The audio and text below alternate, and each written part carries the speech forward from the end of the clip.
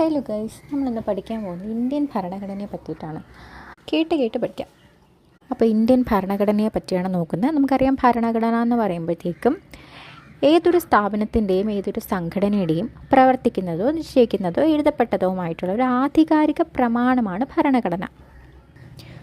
ഇപ്പോൾ ആ രാജ്യത്തിന് വേണ്ടിയിട്ടുള്ള എല്ലാ കാര്യങ്ങളുടെയും ആ രാജ്യത്തിൻ്റെ ഭരണ സംവിധാനങ്ങളെ എല്ലാം പറ്റിയിട്ട് ബേസിക്കായിട്ട് പറയുന്ന ഒരു ബേസിക് ലോ എടുക്കാവുന്ന സംഭവമാണ് ഭരണഘടന എന്ന് പറയുന്നത്.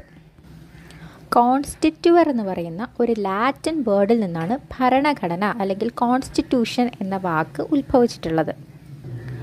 ലോ ഓഫ് ലാൻഡ്, ഒരു ലാൻഡിൻ്റെ ലോ, അത് തന്നെയാണല്ലോ ഭരണഘടന. സോ ലോ ഓഫ് ലാൻഡ് എന്നും ഭരണഘടന അറിയപ്പെടാറുണ്ട്.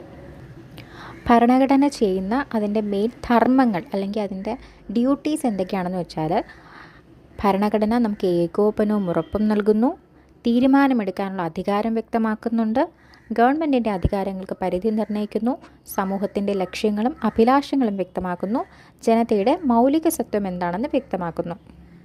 ഒന്നും കൂടെ പോയിന്റ് റിപ്പീറ്റ് ചെയ്യാം. നമ്പർ 1, ഭരണഘടന ഏകോപനവും ഉറപ്പും നൽകുന്നു. നമ്പർ 2, തീരുമാനമെടുക്കാനുള്ള അധികാരം വ്യക്തമാക്കുന്നു. നമ്പർ 3, ഗവൺമെൻറ്റിൻ്റെ അധികാരങ്ങൾക്ക് പരിധി നിർണ്ണയിക്കുന്നു. നമ്പർ 4, സമൂഹത്തിൻ്റെ ലക്ഷ്യങ്ങളും അഭിലാഷങ്ങളും വ്യക്തമാക്കുന്നു.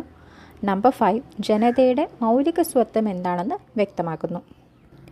ഇനി 2 രീതിയിലുള്ള ഭരണഘടനയാണ് മെയിനായിട്ടും ഈ ലോകത്ത് നിലനിൽക്കുന്നത്.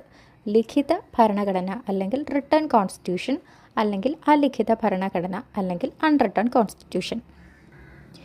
ലിഖിത ഭരണഘടന എന്ന് പറഞ്ഞാൽ ഒരു ഒറ്റ പുസ്തകത്തിൻ്റെ രൂപത്തിൽ തയ്യാറാക്കിയിട്ടുള്ള ഭരണഘടനയാണ് ലിഖിത ഭരണഘടന എന്ന് പറയുന്നത്.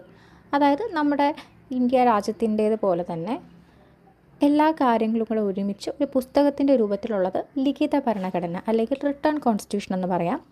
മെയിനായിട്ട് ലിഖിത ഭരണഘടനയുള്ള പ്രധാന രാജ്യങ്ങളെന്ന് പറയുന്നത് ഇന്ത്യ, അമേരിക്ക, ഓസ്ട്രേലിയ, ബ്രസീൽ, ദക്ഷിണാഫ്രിക്ക. ഇന്ത്യ, അമേരിക്ക, ഓസ്ട്രേലിയ, ബ്രസീൽ, ദക്ഷിണാഫ്രിക്ക.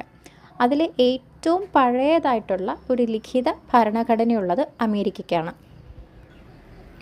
അപ്പോൾ അലിഖിത ഭരണഘടന അല്ലെങ്കിൽ അൺറിട്ടൺ കോൺസ്റ്റിറ്റ്യൂഷൻ എന്ന് പറയുമ്പോൾ എഴുതിയിട്ടേ ഇല്ലാത്ത ഭരണഘടനയാണെന്ന് തെറ്റിദ്ധരിക്കപ്പെടാം. പക്ഷേ ആ ലിഖിത ഭരണഘടന എന്ന് വെച്ചാൽ ഒരൊറ്റ പുസ്തകത്തിൻ്റെ രൂപത്തിൽ തയ്യാറാക്കിയിട്ടില്ല എന്ന് മാത്രമേ ഉള്ളൂ.